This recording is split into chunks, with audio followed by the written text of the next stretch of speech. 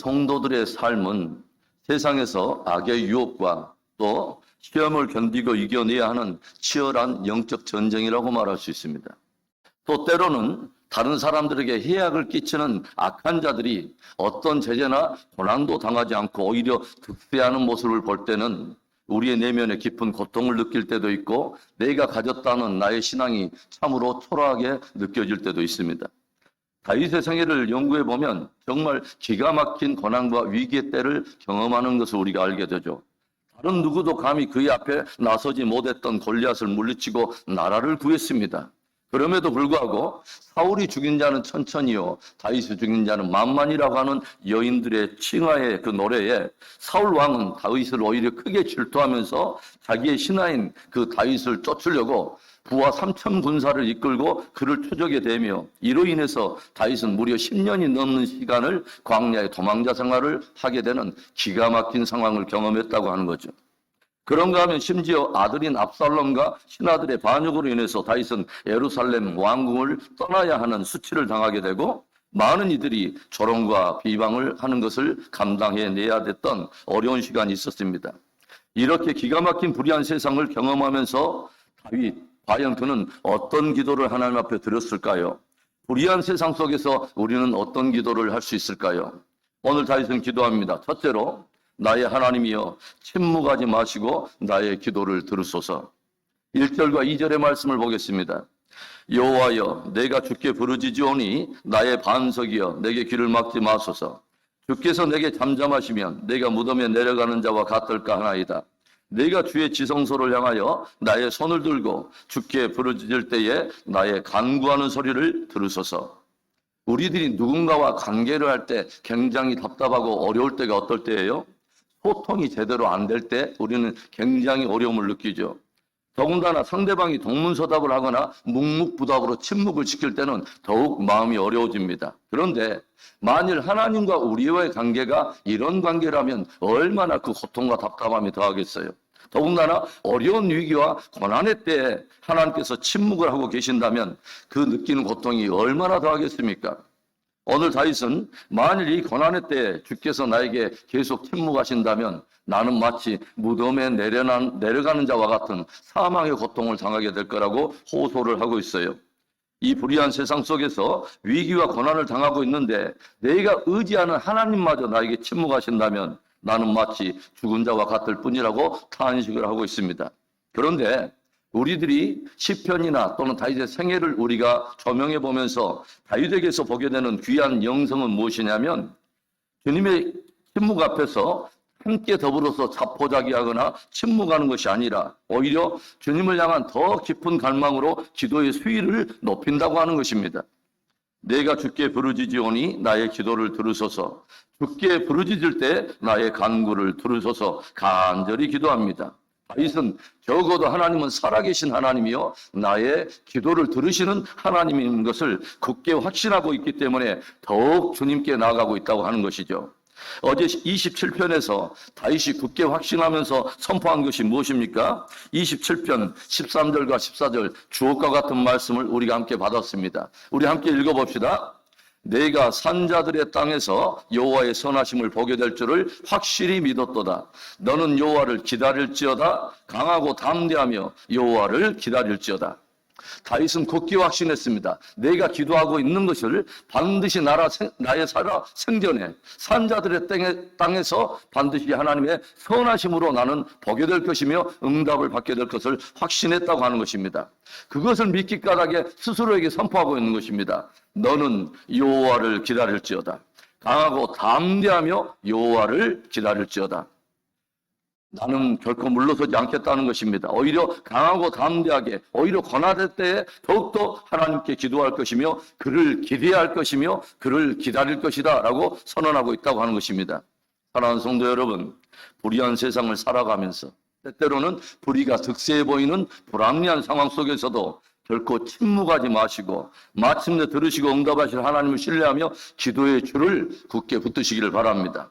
그래서 마침내 산자의 땅에서 응답하시는 하나님의 선하신 역사를 경험하게 되는 축복된 저와 여러분의 생애가 되기를 주의 이름으로 축원합니다. 불의한 세상에서 우리는 어떤 기도를 드릴 수 있을까요? 불의한 세상 속에서 하나님의 사람 다윗이 드리고 있는 두 번째 기도, 악인을 심판하시고 공의로 나를 이끄소서 기도하고 있어요. 3절과 4절의 말씀을 봅니다. 악인과 악을 행하는 자들과 함께 나를 끌어내지 마소서. 그들은 그 이웃에게 화평을 말하나 그들의 마음에는 악독이 있나이다. 그들이 하는 일과 그들의 행위가 악한 대로 갚으시며 그들의 손이 지은 대로 그들에게 갚아 그 마땅히 받을 것으로 그들에게 갚으소서. 오늘 다윗은 악인에 대한 심판과 의인에 대한 구원을 하나님 앞에 호소하고 있습니다. 그 입으로는 화평을 말하면서 마음에 악독을 품고서 악을 행하는 자들의 악행을 하나님 공의로 심판하시고 보응해 주소서. 그리고 불의한 세상 속에서도 믿음을 지키는 의로운 자들을 생명과 공의로 이끌어 주옵소서 간절히 구하고 있습니다. 다윗은 믿고 있습니다. 하나님은 의로운 분이라는 것을, 주님이 공의롭다고 하는 것을. 그러기에 불의한 세상 속에서도 그분 앞에 지금까지 믿음을 지키고 의를 지켜왔다고 하는 것이죠. 다윗은 행여라도 하나님께서 지금까지 하나님 앞에 내가 의를 지켜왔던 내 믿음, 나의 어떤 공의로운 삶을 주님께서 또 잊으시고 똑같이 불의한 자들과 함께 나를 다루시거나 나를 그들과 똑같이 끌어내지 말아달라고 간절히 정직하게 호소를 하고 있습니다. 5절 말씀도 우리 한번 볼까요? 그들은 여호와께서 행하신 일과 손으로 지으신 것을 생각하지 아니하므로 여호와께서 그들을 파괴하고 건설하지 아니하시리로다. 여러분, 악인들의 악의 근원이 어디서부터 출발하는 것일까요? 그 사람들은 하나님을 모른다는 것입니다. 그래서 하나님에 대한 무지와 의도적인 무감각으로 인해서 저들은 하나님께서 행하는 일을 거스르게 되고 그분이 만물을 지으셨다고 하는 것과 오늘도 당신의 주권으로 역사를 다스린다고 하는 것을 저들이 거스리고 대적한다는 것입니다. 다윗은 하나님께서 저들의 악을 파괴하시고 그 악을 이루지 못하도록 심판하실 것을 강구하고 있습니다. 악한 자에 대한 심판을 호소하는 다윗의 마음에 적어도 어떤 마음이 깃들어 있는 것입니까? 자기는 지금까지 하나님 편에 서 있었다고 하는 것입니다. 자신은 하나님의 지으심을 받았을 뿐만 아니라 하나님의 행하실 일을 마음에 두고 하나님 편에서 충성해 왔다고 하는 것을 하나님 앞에 고백하고 있는 것입니다. 야고보서를 보면 이런 말씀이 있죠. 의인의 간구는 역사하는 힘이 크니라. 여러분, 왜 의인의 간구가 역사하는 힘이 클까요? 의인은 하나님 편에 서서 하나님이 기뻐하는 일을 해왔기 때문에 마음에 담대함을 가지고 있는 것입니다. 그리고 하나님 또한 의인의 편에 서서 의인의 간구에 귀를 기울이시는, 바로 들으시는 하나님이라고 하는 거죠. 여러분, 하나님은 공의의 하나님이요 의인의 간구를 들으시는 하나님이십니다. 불의의 세상에서 함께 불의를 행하지 않고 공의로 심판하신 하나님 앞에서 의를 지키며 그 하나님께 기도하며 승리하는 우리의 생애가 되기를 축원합니다. 불의한 세상에서 우리는 어떤 기도를 드릴 수 있을까요? 불의한 세상에서 하나님께 드리고 있는 하나님의 사람 다윗의 기도, 마지막 세 번째, 찬송을 받으시고 영원한 나의 목자가 되소서 기도하고 있습니다. 불의한 세상 속에서 하나님께 간절히 기도하고 악한 자의 심판과 의인의 구원을 간구하고 있던 이 다윗은 기도의 깊이가 깊어갈수록 들으시는 하나님을 확신하며 이제 그의 기도는 찬송으로 이어지고 있어요. 6절에 여호와를 찬송하며 내 간구하는 소리를 들으심이로다. 다윗은 자신의 기도에 하나님이 끝까지 침묵하지 않으시고 마침내 주님께서 응답하시고 들으심을 확신하고 있다고 하는 것이죠. 마침내 그의 기도는 감사와 찬송으로 이어지고 있어요. 7절의 말씀도 우리 볼까요? 여호와는 나의 힘과 나의 방패이시니 내 마음이 그를 의지하여 도움을 얻었도다. 그러므로 내 마음이 크게 기뻐하며 내 노래로 그를 찬송하리로다. 기도가 깊어질수록 더욱 확신이 깊어지고 있는 다윗. 아무리 불의의 세력이 강해도 오히려 다윗이 크게 기뻐하며 찬송할 수 있는 이유가 뭐냐? 그는 하나님을 자기의 힘과 방패로 삼았다고 하는 거죠. 그리고 그 하나님을 더욱 굳게 의지했다고 하는 것입니다.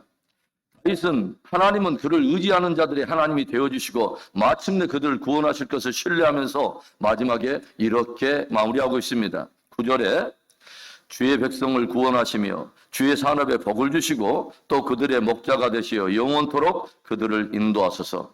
다윗은 광야에서 양떼를 쳐봤기 때문에 양이 얼마나 힘이 없고 약하다는 것을 잘 알고 있어요. 스스로 보호할 수 있는 어떤 자구책도 가지고 있지 않고 시력도 약할 뿐만 아니라 스스로 자신의 먹을 꼴을 찾거나 마실 물조차도 스스로 찾아낼 수 없는, 구덩이에 빠지고 위기를 당할 때 그것을 자기 힘으로 도저히 헤쳐나올 수 있는 아무런 힘도 없는 어린 양이라고 하는 것을 잘 알고 있어요. 그러니까 양은 생명의 문제라든가 안전과 보호와 공급에 대한 문제에 대해서 절대적으로 목자에 의존해서 살고 있다고 하는 것입니다.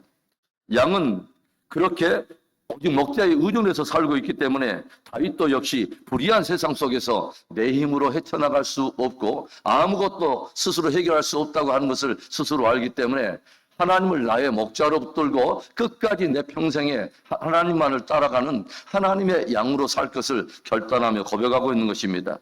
사랑하는 성도 여러분, 오늘 다윗은 불의한 세상 속에서 주님께 간절히 기도하고 있습니다. 하나님이여, 내가 기도할 때에 침묵하지 마시고 내 기도를 들어주소서. 하나님이여, 악인을 심판하시고 의인을 구원하시고 의로 나를 이끌어 주소서. 찬송을 받으시고 영원한 나의 목자가 되시옵소서. 끝까지 주님을 의지하고 기도하며 승리하는 복된 우리의 생애가 되기를 다시 한번 주님의 이름으로 축원합니다.